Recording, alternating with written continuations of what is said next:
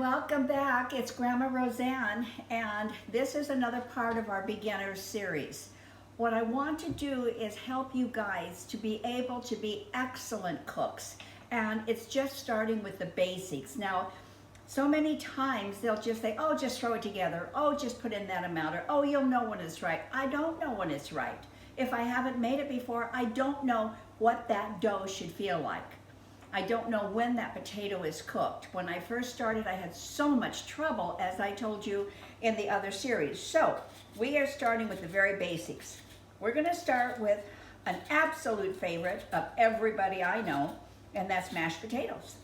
Now, it's just a couple of days before Thanksgiving, and I don't know, you might be asked to bring something to Thanksgiving dinner, or you might want to have mashed potatoes so that when you have the leftovers that you're able to bring home from wherever you're going, because anybody that comes to my house takes a lot of leftovers home, you might want to have fresh mashed potatoes for yourself, or just know that you're going to use these all year long. My family loves mashed potatoes, and they're so simple and easy to make. They really are. So give me 1 second. I'm just going to rinse these off. Here with 2 pounds of potatoes. I usually make a truckload, but I want to do it in a smaller quantity so that you can make it if you have a small family or if you're having just a few people over. Then what I do is cut the potato this way, and then I put it in thirds. You don't want them too small, because if the pieces are too small, they literally will dissolve in that water that you're boiling over there. So you want it to where you have enough substance to that potato. So in thirds, or if it's a larger potato like this one was, I cut it into fourths, just like that. Then, when we have accomplished that, I've got a little brown end to the potato, which sometimes happens. That's not good. Just get rid of it. There. Now, the reason you're doing it this way is you want everything to be fairly uniform. These are going to cook the same amount of time. So you don't want a teeny tiny little piece and then you want a big chunk, because that's not going to cook correctly. All right, so you want them all about the same. Now, over here I have got water that's boiling, and I have 3 quarts of water in here. And that's up to a rapid boil right now. So I'm going to put in 2 teaspoons of salt. Salt is such an enhancer to everything you're making. And then I'm just going to add the potatoes. And I have 3 quarts of water. I don't know if I said that before, but I have 3 quarts of water in there. Happened to want a head start on this, so I got it boiling while I was peeling the potatoes. Now they're going to be in here, I would say probably about 20 minutes. You will know for sure, and again, it's going to depend on the size of the potato that you have cut. If you got a really big piece, it's going to take longer to cook, but always just test it, and then you'll know that it's at that perfect level of being completely cooked all the way through. You just insert a knife. If it goes through smoothly and comes out smoothly, perfectly fine. So this is probably going to take about 20 minutes. So we will come back to this. 20 minutes, and I tested this by just putting a knife through, and it's going through so easily, so that means that they're cooked. You don't want to let it go beyond this stage, because then they just become mush and they're just not going to mash right for you. So what we want to do now is we want to drain them. You beginners, if you don't have a strainer, there's all kinds of them. Let me just show you. You've got this kind, which is really good. It just fits nicely over the sink like that. But if you're going to be buying one, you might consider one like this. Simply because it stretches out, it goes over your sink, but you have so much more surface in here for something to drain through. So if you are shopping for one, use that. If you don't even have a strainer, you can use something like this. If you have anything like this, you can just scoop the potatoes out. If not, pour the water out as best you can. Get most of it out, because you're not going to want the water in there. So now we're just going to strain this.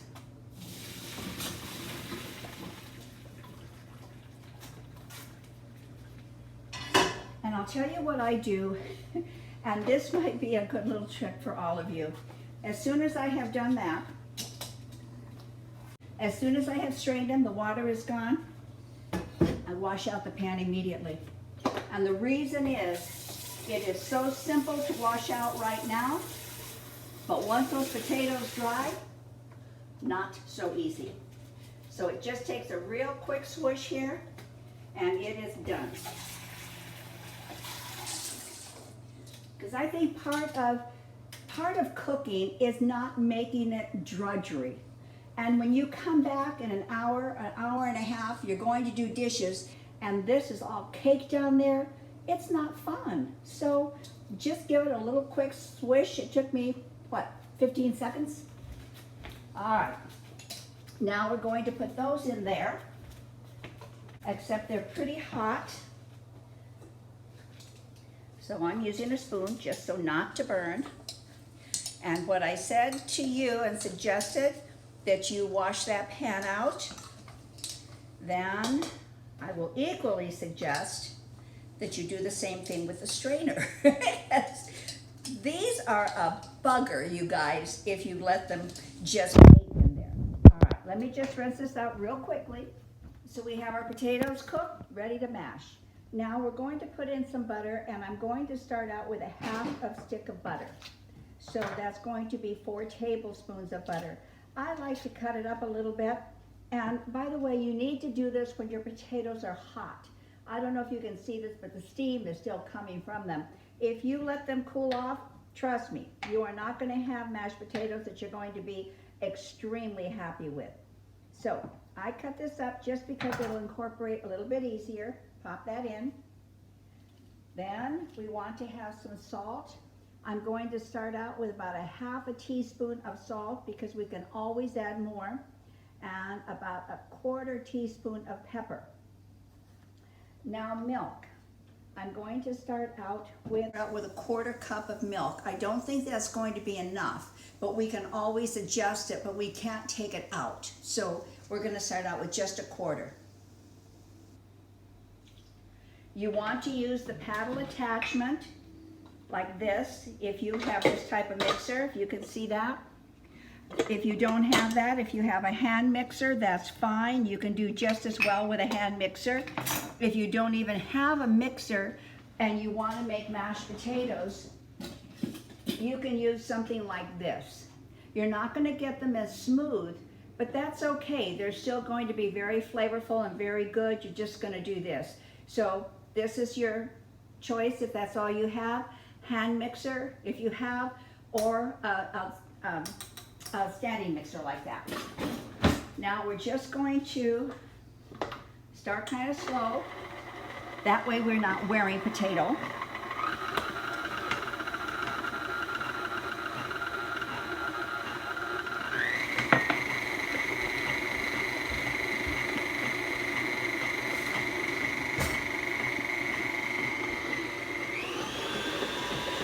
And then we're kicking it up to the highest speed possible.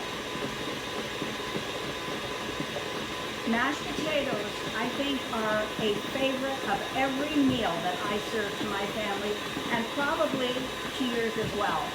They are so simple to make, and they are not a lot of trouble.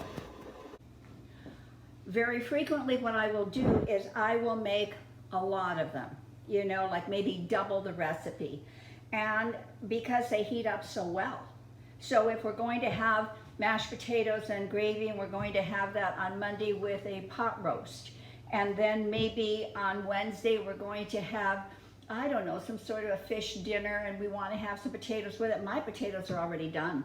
All you do is take them out and reheat them. You can reheat them in the microwave just fine, or you can reheat them on a stovetop. Either way.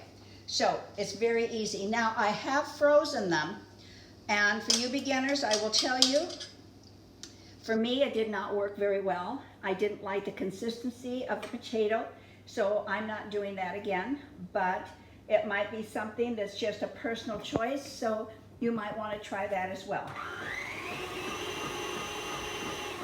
Now this is where it just becomes personal preference. These, I can see, are not creamy enough for my liking. So we started with a 1/4 cup I'm going to put in just like maybe a tablespoon more. And let's see what that looks like.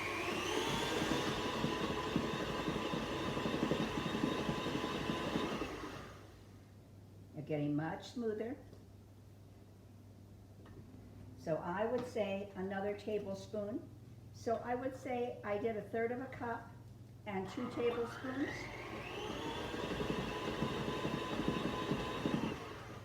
Now it's time to test it. And let's see where that seasoning is. Needs more. I started out with 1/2. I'm going to put in another 1/2 of salt, and I'm going to put in another 1/4.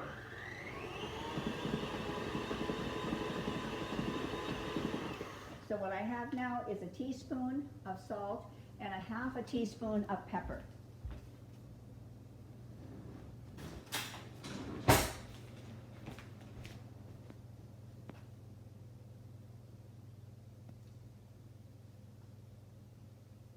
That's perfect. That's really, really, really perfect. Now, what I should tell you is that I need to test it like 9 more times because it tastes so good. But look at creamy and fluffy, and this is going to be just a beautiful addition to any dish that you serve or any entree that you serve. This is going to be an amazing addition. So, hold on a second.